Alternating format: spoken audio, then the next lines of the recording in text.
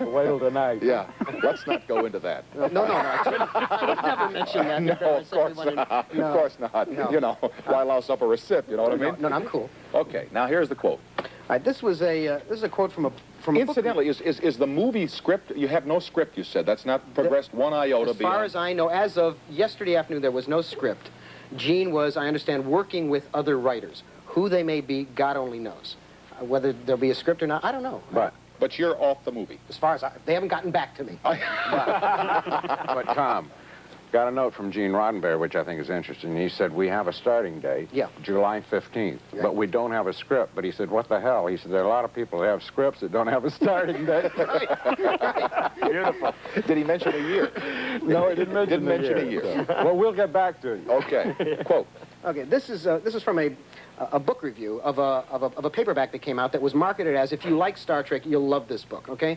And the critic, John Kurlovich, said, the ever-spreading influence of that, he says, still there remains the fascinating question of why the author of this book didn't latch on to a better model for a novel than Star Trek.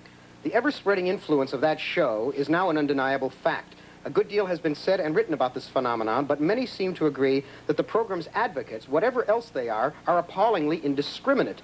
What can one make of a mentality that not only condones mediocrity, but believes it to be something good, something decidedly worth emulating? Now that is the most dead-on quote I've ever heard about the Star Trek phenomenon. As good as the show may have been, at best, all it is really is a television show. There are no great conventions of 30,000 people going to discuss Proust's Remembrance of Things Past. There are not people dashing in to pay homage to Ralph Nader, the Nader convention. This was plain and simple, is a kind of hero worship that is on the same plane with the Beatles, on the same plane with, Elvis Presley or Jacqueline Suzanne books. It's better for TV, but what we're talking about again is that great swamp of television drama, which at best never touches, even the middle range of what is done in other medium. Ta-da!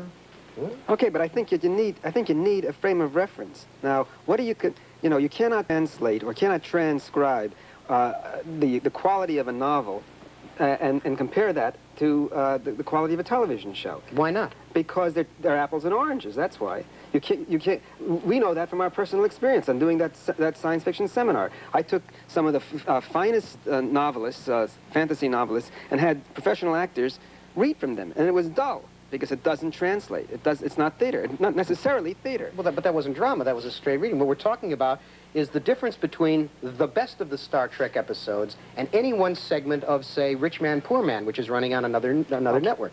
And clearly you can take, meaningful, gut-level material and translate it to a television medium so that you don't insult the viewers. Yes, but now here's something that's quite interesting. You mentioned Rich Man, Poor Man, which is running on ABC. Now, Irwin Shaw's book was a wonderful book to read, I thought. I enjoyed the book, all right?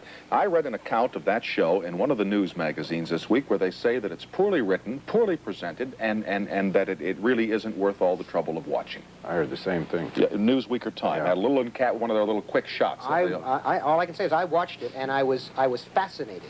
I didn't read the book. I watched it. I thought, great. Yeah, I thought it was great. But there's always somebody who will take what's on television, and we're all guilty of it. Like this guy who wrote this here, and what you're saying tonight is going to say, well, it's no good. Yet here's something that you think is of value, but I can give you 4 opinions where they say, well, it's of no value. No, he didn't say it's bad. What he said is it's mediocre. And that, I think, is the crime. Bad, I can understand. I mean, I can even understand someone making a motion picture where they try to do something. I mean, God knows how many of those, where they strive to do something and they fail dismally, but they tried. The best that anything tries to do on Star Trek or anything else on television is to hit that median, which is where they failed because they tried to be a little bit better and they didn't get the Bible Belt. Instead of conscientiously educating a television audience throughout the nation to want better things, they give them one more cop show. Jigsaw John went on the other night. There's another cop show. The Cop and the Kid, that'll last 15 minutes, What you're doing when you talk about the cop shows is you're praising Star Trek, really, because Star Trek was much more than any cop show you ever want to see. No, it was a cop show. Oh, Star Trek was a cop show, too. No. Sure, it was spacemen acting like cops. No, it wasn't. Didn't you? Didn't you go through the galaxy and straighten things out? There were a few things. Come on, you fought evil. Really, Fess up. Come on, really, Jimmy, when didn't it you comes fight down to evil? the sum total, you can't knock it that way.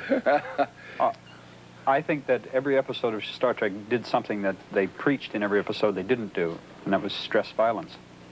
I think that there was violence in every episode of Star Trek, as much as they preached that there wasn't, or that that man had overcome his violent aspect.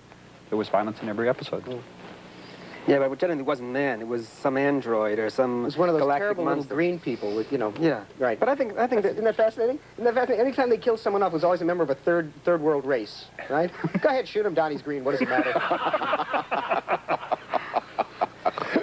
we didn't shoot him. We stunned him.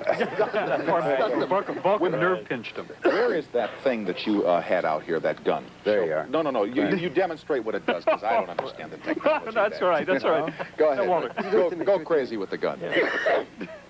Now, let me see here. We have... That's stun. Can you see that? All right, Stun stunning. force? Now twist the dial. Right.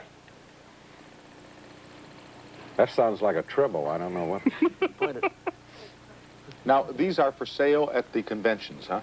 Well, this is a prototype, I believe, that was made by the people at the Federation Trading Post, which is a store devoted entirely to Star Trek stuff. There's one east and one west. That's right. You really hated it, didn't you? No, man, listen. You wrote your one No, episode, you know what huh? I hate? You know what I hate? Honest to God, I hate... Reverence for things that don't deserve them. I know you hate that. Yeah, but I also hate the fact that it's the exploitation of the gullible. I mean, you see the things that these kids buy when they go to these conventions. They spend hundreds of thousands of dollars because it's Star Trek affiliated. You know, I mean, if they want to watch the show, Dynamite, let them watch. Better that than they should be out in the street, you know, stealing hubcaps. But they're being really exploited. $12 a day to go and listen to, you know, James Doohan explain the ethical structure of the universe. I mean, this is a bit of exploitation. I thought it was worth it. Yet you went to one. I went for money, man. He goes for all of I went for money. They pay me a staggering sum of money, but I don't do a Star Trek gig. I get up and I read my stories. Anybody wants to come and listen to me read my stories? Dynamite, but I do the same thing I would do anyplace else. Yeah, and they all get up and leave, right? Well, that's true. That's true. Brings the audience to their feet as they head for the exits. I have a limited audience, but they're an intelligent one. Tom, I'd like to, Tom, can I just say one thing? Yeah, what do we got left? 45 show? Okay, 30 seconds. Okay. I think you've got to consider Star Trek not as the ultimate in terms of quality television or science fiction on television, but as a departure point. I think it's, without question, the best episodic science fiction that has ever been on television. That doesn't mean that it's the best television that there ever was, but certainly if you consider it as a departure, as a place, as a jumping off place, then I think you have a very positive attitude about what's going to happen with television and the quality of television. Star Trek broke new roads. I 8 years ago, and nothing's happened since, Walter. But we're coming back. Gents, we're coming back, baby. I'm out of time. We had another piece of film to show, and I never got it on because we were having such a wonderful time listening to Harlan Ellison tell us that it was all... Sometime you're coming on here, and we're going to tell the stories you've been through in the television industry, and we're going to name the names. You're on. Okay, so are you. We'll tape it right after we get finished tonight. We'll be right back after these announcements, and I hope all of you will stay here.